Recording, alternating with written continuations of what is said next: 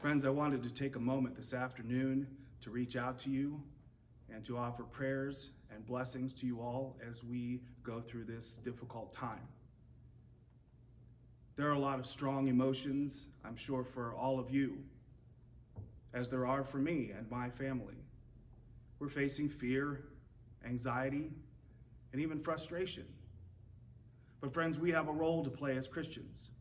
We have a responsibility to our families, to our communities, and to the world as we model the faith that God has called us to have. Jesus says, do not worry. Well, this isn't necessarily an easy thing for us to do, but Jesus encourages us that there will be plenty of troubles for tomorrow, and there are enough troubles for today. When we consider that, we can anticipate that God understands that we face troubles, and that at times our faith wavers, but we are called to trust in God. I want to pray for all of you for strength, and that your faith will be really just overflowing during this time. In response to encouragement from our bishop and in response to other civic leadership, we're going to suspend having worship services for this Sunday and possibly a few more. This will be a very difficult thing for us to not gather together in worship of God. I was reading last week's passage from Mark in the story of the woman at the well, and he says to her, "Woman, believe me, the hour is coming when you will worship the Father neither on this mountain nor in Jerusalem." When I hear those words, I can't help but think our worship is not limited to the four walls of Centenary United Methodist Church. Our worship happens in all aspects of our lives. We will be providing online streaming of a message and some music on Sunday mornings. And my hope is that even though it will be through electronics, we will gather together in spirit and worship God together.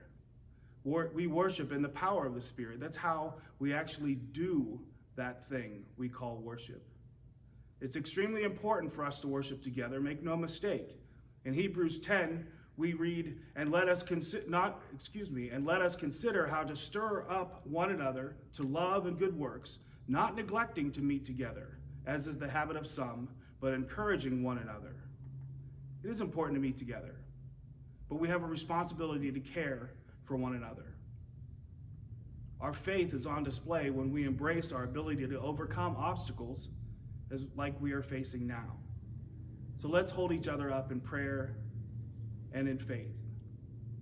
In addition to suspending our worship services, our activities here at the church will also be on hold. There will be no Cornerstone Cafe, no Sunday schools, no small groups over 10 people. Choir and praise team rehearsals will take a break, and even our friends from Alcoholics Anonymous have decided to take a break as well. Our physical office will be closed, but we will continue to operate electronically during this time. Thank goodness for technology. Now, some things we are going to do. We are going to stream services on Sunday morning. We'll have a message, we'll have some music, we'll take time to look at scriptures and utilize the technology that we have to try and communicate God's message to us. We'll be working on ways to serve our community. We're considering doing some takeout meals in place of our weekly gathering on Wednesday evenings. We're making some arrangements to try and call on our homebound members to reach out to them to make sure that they are taken care of. I've even had a thought about trying to find ways to pick up groceries for each other. And above all else, praying for one another. Those are the things we're going to do. Now, one important note about giving. We ask that you please continue to offer your gifts to God even while we are on a break. We are still engaged in ministry during this time, and we need our resources to continue these ministries. Our utilities, our payroll, and our missions are not suspended, even if we aren't meeting face to face. Friends, this all is a lot to handle.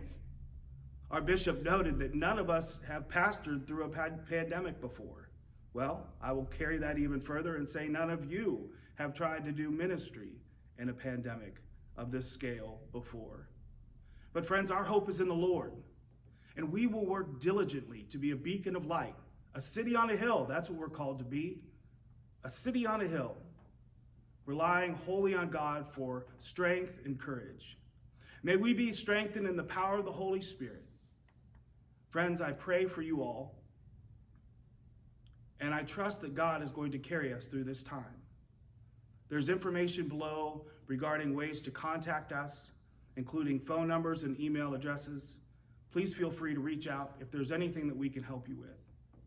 Remember to wash your hands. Remember to keep a safe distance. And above all, remember to pray for strength during this time. God bless you all.